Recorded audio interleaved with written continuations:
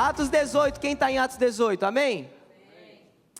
Alguns estão, outros ainda não. Atos capítulo 18, o tema da pregação de hoje é uma casa, uma causa. Uma casa, uma causa, Vanessa. Nós vamos, não por conta do jantar, Vanessa, mas nós vamos falar a partir de um casal hoje.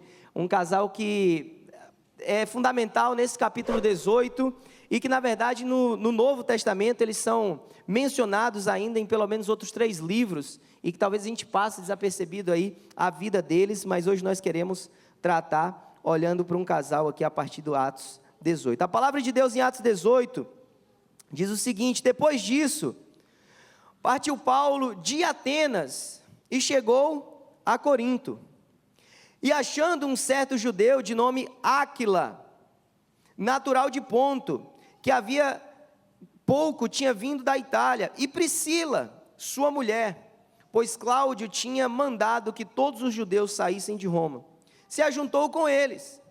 E como era do mesmo ofício, ficou com eles e trabalhava, pois tinha por ofício fazer tendas. E todos os sábados disputava na sinagoga e convencia judeus e gregos. Agora vai comigo a partir do verso 18. E Paulo, ficando ali ainda muitos dias, despediu-se dos irmãos, e dali navegou para a Síria, e com ele Priscila e Áquila, tendo rapado a cabeça em Crécia, porque tinha voto. Chegou a Éfeso e deixou-os ali, mas ele, entrando na sinagoga, disputava com os judeus. Vamos parar por aqui. Senhor, essa é a tua palavra, Pai. A tua palavra é viva, é eficaz, é poderosa, Senhor. Pai, eu oro, Pai, para que nessa manhã o Senhor abra, Pai, o nosso entendimento. Não apenas abra os nossos ouvidos para compreender a tua voz, ou ouvirem a minha voz, mas, Pai, que seja o Senhor ministrando aos corações, Pai. Não dependendo daquilo que eu venha falar, mas, Pai, da tua voz sobre a vida de cada um de nós, Pai. Na tua palavra aberta, Pai, que possamos ler e absorver o que o Senhor deseja, nos dá entendimento bíblico, Pai. Nos dá um coração desejoso a aprender mais sobre o Senhor. E não apenas colocar no nível intelectual mais uma informação bíblica, mas aplicar na nossa vida, no nosso coração, para que de fato possamos viver uma vida que agrada o Senhor. E aquilo que vamos ministrar agora, Pai, que de fato seja verdade em nós, que nós possamos viver pela causa do Evangelho, pela causa do reino de Deus, e que, Pai, haja unidade, Pai, entre os casais, que haja unidade em cada família, Pai, para que de fato a causa do Senhor seja a nossa causa, e não a nossa própria vida e o nosso próprio interesse, Pai. A Ti honra, glória e louvor, Pai, em nome de Jesus. Amém, Deus, amém. Talvez misturando um pouco o que a gente vai ver a título de culto de missões ou de perspectiva missionária, mas ainda alimentado pelo mês de maio, irmã Mônica, o mês da família, e logo depois nós temos aí Dia dos Pais, então ainda caminhando nessa temática de família até o Dia dos Pais. Por isso que eu trago essa palavra de hoje. Talvez você pode pensar, e a gente tem alguns aqui mais novos, que não são casados, isso aqui não é pregação para casais, então continua prestando atenção. Além do que, você tem que saber também como escolher o seu cônjuge. Então aprenda, você adolescente, meu clamor é para que você aprenda a partir desse lugar, para que de fato sua família, sua casa possa viver com base em um propósito, e suas escolhas possam externalizar esse propósito que Deus plantou na sua vida, glorificar o nome dEle, que sua casa seja um agente de promoção do reino de Deus. Esse é o nosso desejo. Ora, a partir do verso 1, a Bíblia começa dizendo que Paulo, então, ele sai de Atenas. Capítulo 17, Paulo está lá em Atenas, debatendo, conversando, tentando talvez no meio dos filósofos, Luciano, explicar um pouco do Deus vivo e verdadeiro. É lá que ele... Obrigado, Rafa. Deus te abençoe. É lá que Paulo vai dizer, olha, ao Deus desconhecido é esse que nós adoramos. Vocês não conhecem, vocês adoram muitos deuses aqui em Atenas, e vocês estão perdendo a oportunidade de adorar o Deus vivo e verdadeiro. Nele nós existimos, nele nós nos movemos, nós vivemos e nos movemos. E aí ele sai desse lugar e agora ele chega em Corinto. Corinto é uma cidade altamente depravada. A gente leu, e eu sempre faço menção disso, que 1 Coríntios 11, quando a gente está lendo esse texto sobre a ceia, na verdade Paulo começa o capítulo 11 combatendo a divisão na igreja, dizendo: vocês se juntam para tomar a ceia do Senhor, mas na verdade vocês estão fazendo é mal. Quem tiver fome, coma em casa, vocês estão ceando para vocês mesmos. Uma igreja com problema de divisão, uma igreja com problema de imoralidade sexual.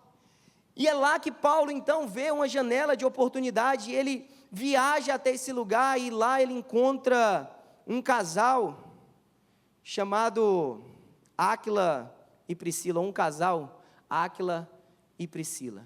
E esse casal, a gente leu rapidamente um pouco, e a gente vai terminar ainda o capítulo 18 lendo, mas o fato é que a gente começa a entender aqui que ele não encontra só um casal, irmã Luciana, tudo bem, que bom.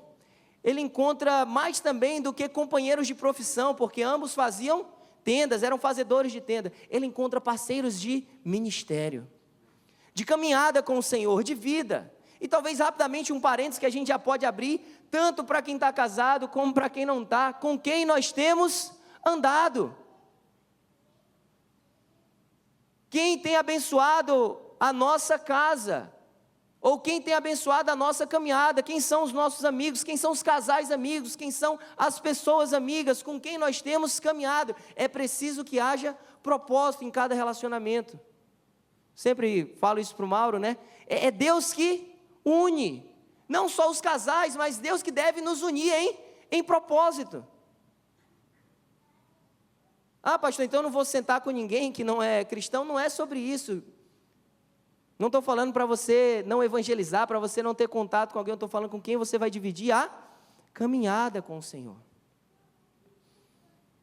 Paulo, então, ele chega, e essa cidade talvez fosse uma cidade maravilhosa para desenvolver ministério, mas talvez se você pensar numa perspectiva de família, não era uma cidade, Egésio, assim tão boa, promíscua. Culto a Afrodite, templo a Afrodite estava lá, uma depravação, prostitutos e prostitutas cultuais, ou seja, imoralidade. Talvez você não quer levar a sua família para esse lugar. É tipo esse êxodo vindo para o Texas, assim, tentando fugir de outros lugares, que tem talvez um estilo de vida mais não bíblico, profano. E talvez Priscila e Áquila, obviamente aqui a Bíblia vai falar que eles foram levados para esse lugar, ou seja, houve uma ordem de Cláudio para sair de onde eles estavam e ir para esse lugar. Só que quando eles chegam lá, Vanessa, eles não estão: meu Deus, como é que a gente pode aqui se cercar para evitar o contaminar dessa cidade? Não, eles estão lá dizendo como é que a gente pode trabalhar e como é que o nosso trabalho pode ser uma mola propulsora para o evangelho aqui nesse lugar. Paulo, quando encontra eles, encontra esses amigos de ministério. Paulo vai morar com eles. E eu queria te encorajar então a começar a imaginar que ambientes desafiadores que você se coloca, que a tua família se coloca, na verdade são oportunidades ministeriais. Não fuja talvez desses ambientes. Eu não estou dizendo para você ser intencionalmente dizer: então vou para uma cidade mesmo muito promíscua aqui para mostrar que eu sou cristão. Não estou dizendo isso, mas eu estou dizendo que a gente deve ser, e o primeiro ponto aqui tenha um senso missional na sua vida, tenha um senso missional na sua casa. Mova a sua casa não a partir de circunstâncias, mova a sua casa não a partir do ambiente mais favorável, mova a sua vida e a sua casa a partir de um senso missional. Eu estou aqui para propagar o reino de Deus, onde eu estiver, se é no Brasil, se é aqui, se é no Texas, se é na Califórnia, eu quero propagar o reino de Deus. Amém, gente? Está todo mundo bem? Todo mundo vivo? Vou honrar o Rafael. Algo que eu tenho refletido, e eu quero honrar os pais que estão aqui nessa manhã, os pais de adolescentes que estão aqui nessa manhã. Nós temos aqui pelo menos 3 da nossa igreja. E às vezes, irmã Luciana, Nosso pensamento é quando chega nessa fase, tentar dizer, não, então, onde é o lugar melhor, a igreja melhor para o meu filho, aquela que talvez é mais confortável, aquela que apresenta mais coisas para atrair para ele, porque eu tenho medo dele se perder. Deixa eu falar algo para vocês. Primeiro, eu quero honrar vocês, adolescentes. Segundo, pais, treinem os filhos de vocês para serem a geração que faz a diferença na igreja onde eles estão plantados. Vocês que estão aqui, mais novos, vocês podem fazer a diferença e devem fazer a diferença nessa igreja. Se a gente vai adaptando a vida espiritual dos nossos filhos para um lugar mais adaptável, para um lugar mais confortável, a gente está fazendo um desserviço a eles. Não estou dizendo que às vezes você não pode mudar de igreja por uma razão A, B ou C, não estou dizendo isso, não estou dizendo que você tem que vir lá, ficar lá no seu filho, vá sofrer até você, não estou dizendo isso. Mas eu estou dizendo que às vezes a gente quer fazer essas bolhas e ao invés de desenvolver senso missional na nossa casa, nos nossos filhos, na nossa família. Não, eu vou para o lugar que é mais fácil para eu sentar e assistir. Não. Vá para o lugar que Deus quer que você esteja, para servir, para fazer a obra, para trabalhar, para impulsionar o reino de Deus nessa terra, em nome de Jesus. Faz sentido, meus irmãos? Pais, vocês que ainda têm filhos mais novos, não entrem em crise. Meu Deus, quando ele chegar nessa adolescência, ele não estiver mais gostando, treinem a partir de agora, para eles serem a diferença, onde o Senhor os posicionou. Olhe para os seus filhos e fale, você vai ser a diferença, você vai ser levantado naquele lugar, para pregar o evangelho, para louvar ao Senhor, para evangelizar, para abrir pequenos grupos, para fazer discípulos, é para isso que você nasceu, meu filho e minha filha, e não para ficar sentado assistindo uma programação religiosa chamada culto de domingo. Desenvolva um senso missional, esse senso missional que vai te impedir de fazer movimentos só pelo conforto. Priscila e Áquila, eles saem, eles chegam agora em Corinto e eles não estão lá lamentando, Ana. Meu Deus, tivemos que largar tudo, e agora, eu não quero mais me envolver com a igreja, estou birrado com o Senhor.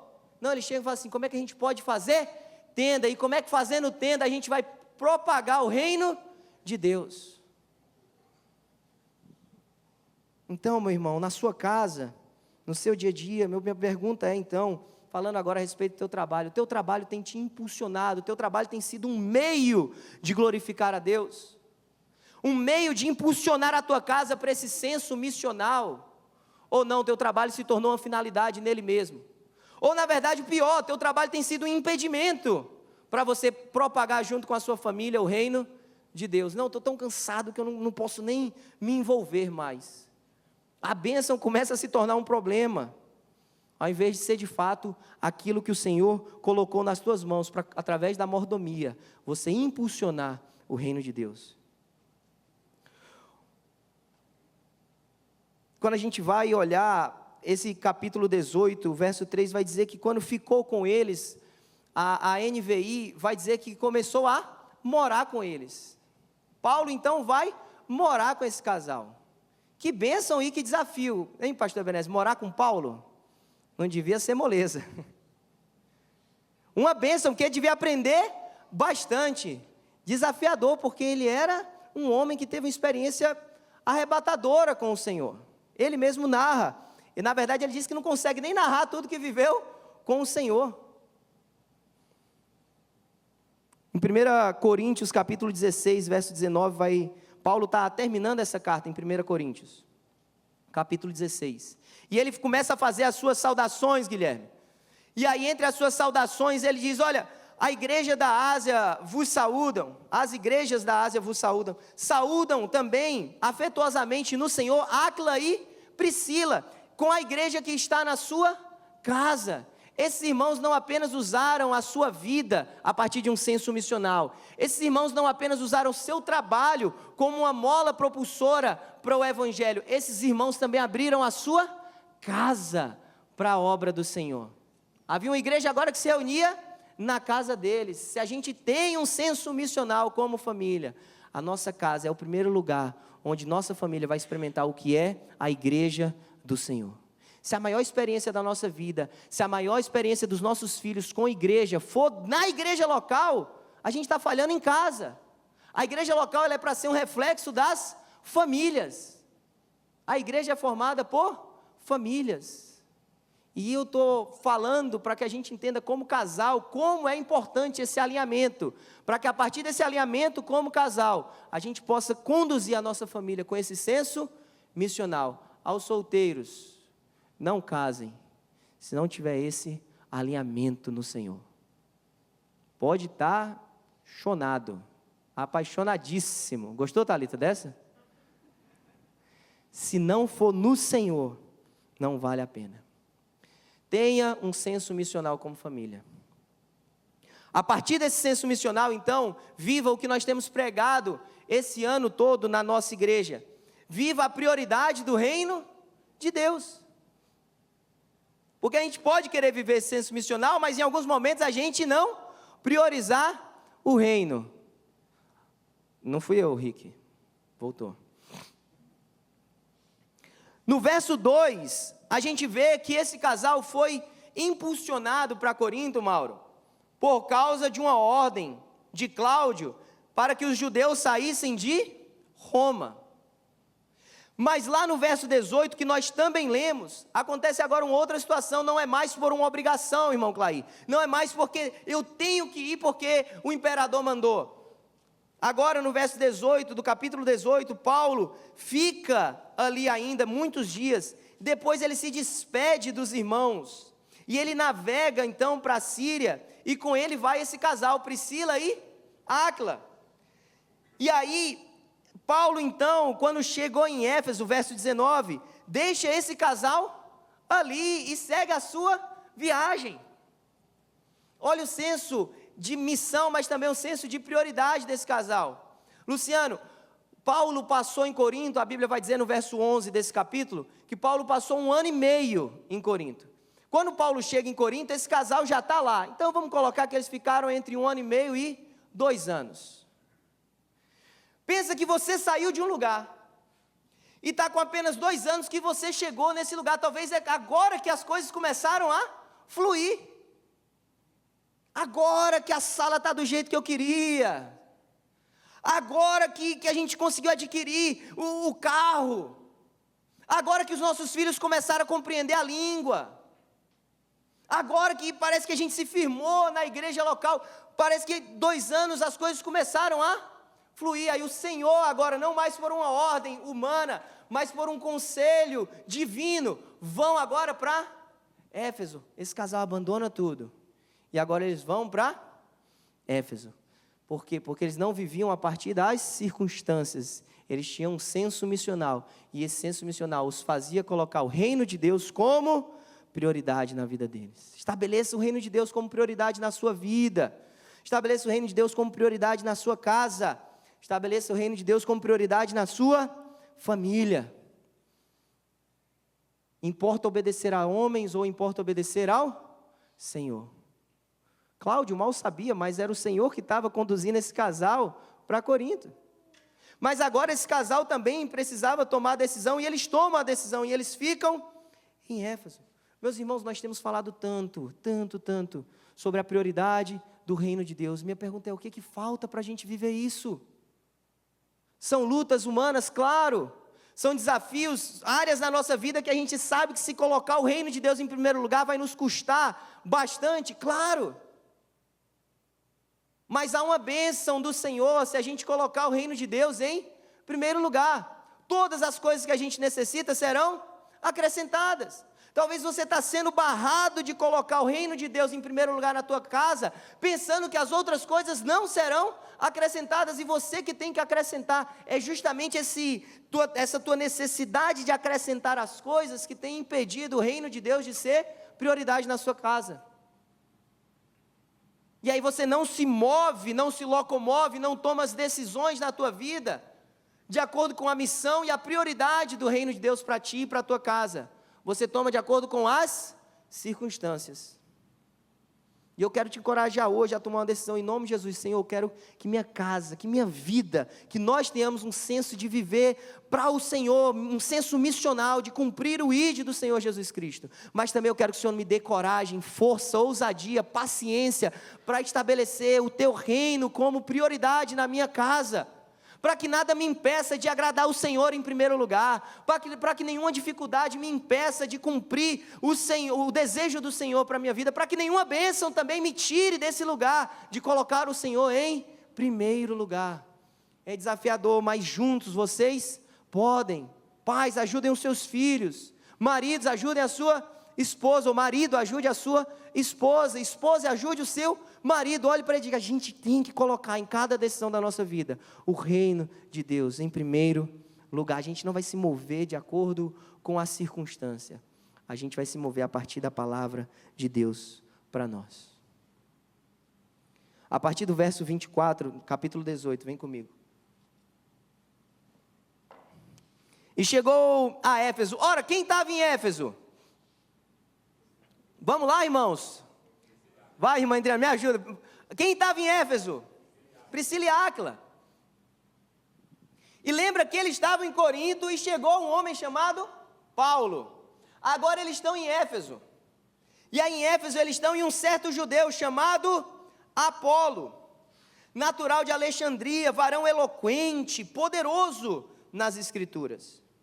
Este era instruído no caminho do Senhor, fervoroso de espírito. Falava e ensinava diligentemente as coisas do Senhor, conhecendo somente o batismo de João. Ele começou a falar ousadamente na sinagoga. Quando o ouviram, Priscila e Áquila o levaram consigo e lhe declararam mais pontualmente, ou a versão internacional vai dizer, com mais exatidão, o caminho de Deus. Querendo ele passar a Acácia, o animaram os irmãos e escreveram aos discípulos que o recebessem, o qual, tendo chegado, aproveitou muito aos que pela graça criam. Porque com grande veemência convencia publicamente os judeus, mostrando pelas Escrituras que Jesus era o Cristo.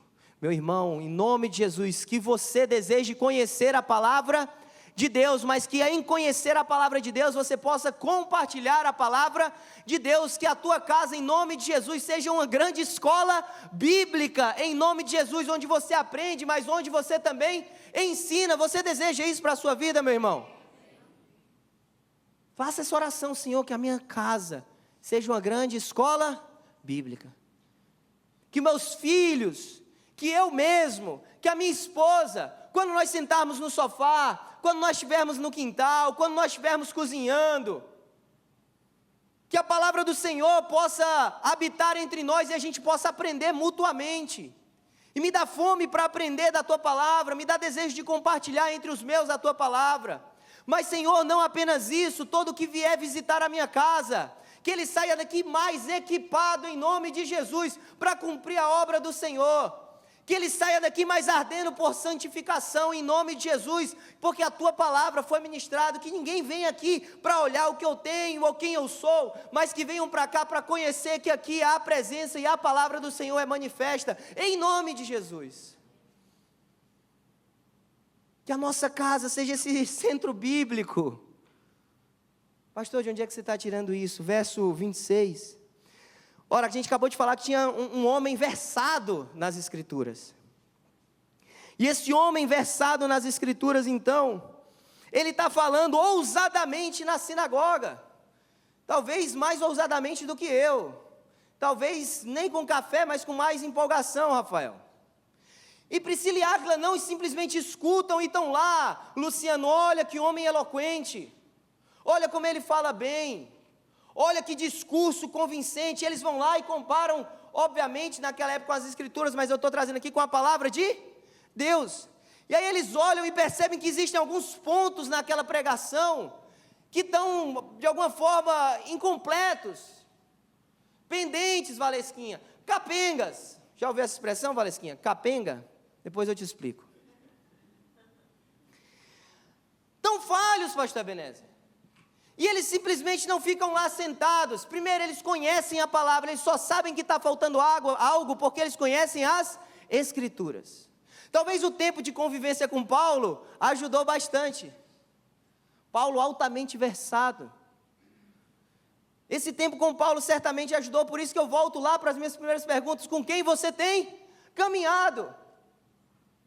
Deseje aprender sozinho a palavra de Deus, mas deseje também aprender com alguém. Quando eu digo sozinho, não é para isolar pessoas, é por você mesmo aprender a palavra de Deus, mas também conte com alguém para te ajudar. E aí, ouvindo essa pregação, eles falaram, acho que parou no meio do caminho, está faltando alguma coisa. Apolo, vem cá, irmão, vai lá em casa, eu queria conversar um negocinho com você. É literalmente isso que o verso 26 vai dizer. Quando o ouviram, Priscila e Áquila o levaram consigo. Eles não ficaram em pé no meio da sinagoga e falaram, está errado aí, Apolo, vamos pregar direito, meu filho. Parou em João Batista, não está faltando nada não. De quem João Batista falava? Ele não fez isso, ou eles não fizeram isso. Tomando consigo, eles levam, e aí eles declaram com mais exatidão, com pontualidade, ou de forma pontual, as partes talvez em que a pregação de Apolo estava sendo falha. Minha pergunta para você, meu irmão, primeiro como está o teu conhecimento da palavra de Deus? Você deseja conhecer a palavra de Deus? É só o domingo? Se for só o domingo, eu posso estar sendo Apolo na sua vida. E você está deixando de ser Priscila e Áquila na minha. Quem está entendendo o que eu estou falando? Só que você deve desejar conhecer a palavra de Deus. Porque só em conhecendo a palavra de Deus, você pode ser impactado na sua vida e também impactar a vida de outras pessoas. Como está o teu conhecimento? Por que não vir mais cedo para a escola de impacto, aprender de temas práticos à luz da palavra de Deus? Como está o conhecimento dos teus filhos, da tua esposa, do teu marido? Como você pode ser um agente na vida dele ou dela ou deles? Como a tua casa está se tornando esse centro de estudo bíblico em nome de Jesus?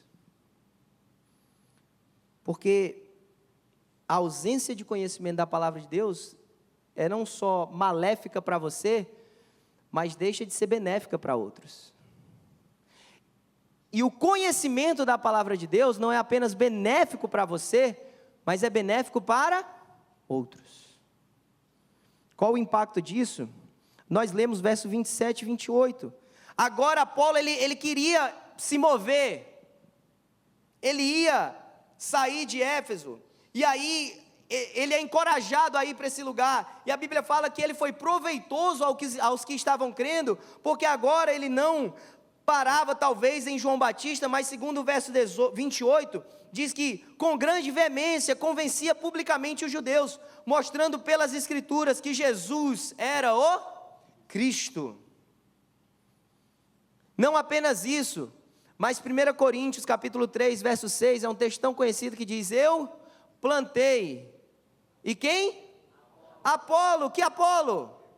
O Apolo do capítulo 18, regou, mas é o Senhor quem dá o crescimento. Agora, se Apolo conhece parcialmente a palavra, se Apolo não tem uma compreensão clara, talvez se não houvesse Priscila e Áquila na vida dele, talvez o texto fosse, conjectura minha, tá, irmãos? Eu plantei, Apolo arrancou minhas sementes. Porque a cada pregação de Paulo, chegava lá Apolo para falar outra coisa. Não é assim não. Mas quem foi instrumental na vida desse homem? Priscila e Áquila. Olha o impacto que um casal pode fazer na vida de uma pessoa para a pregação do Evangelho. Paulo plantou, Apolo regou, depois que foi repreendido, parênteses, na versão Abraão, por Priscila e Áquila, e Deus deu o crescimento. Sua vida pode impactar tantas, meu irmão. Teu ardor pelo Senhor pode impactar tantas vidas. Teu senso missional, tua prioridade ao reino de Deus, teu conhecimento da palavra de Deus pode transformar a história de pessoas, não pela tua capacidade, mas pelo poder de Deus que opera em você, em nome de Jesus. Deseja abençoar alguém a partir do teu conhecimento da palavra de Deus. Deseja mudar a história através do conhecimento da palavra de Deus. Eu queria te encorajar a partir da vida desse casal. Não só aos casais, mas a você, ainda solteiro, a dizer assim, é isso que eu quero para a minha vida. É isso que eu desejo para a minha casa. Por isso que o tema que eu trouxe é uma casa, uma causa. Nós temos um senso missional, nós temos um senso de prioridade, e nós desejamos conhecer e fazer a palavra de Deus conhecida, em nome de Jesus. Curva a tua cabeça, fecha teus olhos. Eu queria que você orasse, à medida do que eu falo, eu queria que você orasse essa oração. Eu queria que as palavras que eu falasse, você fosse de alguma forma repetindo, talvez da tua maneira, ou da forma que eu estou dizendo, mas que você coloque sua vida e seu coração agora diante do Senhor. E que você diga, Senhor, eu me recuso a viver uma vida que não cumpre o teu querer. Ore sobre isso, diga, Senhor, eu me recuso a viver uma vida que não cumpre o teu querer. Diga a Ele, Senhor, me ajuda a compreender a tua vontade, Pai, para mim. Diga, Senhor, eu quero te glorificar com o meu viver. Eu quero que o meu viver seja missional. Eu quero que o Senhor seja prioridade na minha vida. Que o teu reino, Pai, seja prioridade na minha vida. Ore isso, meu irmão. Senhor, que eu seja um discípulo ou uma discípula abençoado pela vida de alguém, mas também que eu possa ser um discipulador que abençoa outras vidas. Diga, Senhor, que o meu lar seja um lugar da manifestação da tua presença. Senhor, que o meu lar seja um lugar da manifestação da tua presença. Que o meu lar seja um lugar da realização da tua vontade. Que o meu lar seja um lugar da ministração da tua palavra. Me mostra, Pai. Me mostra a tua vontade. Me mostra a tua vontade.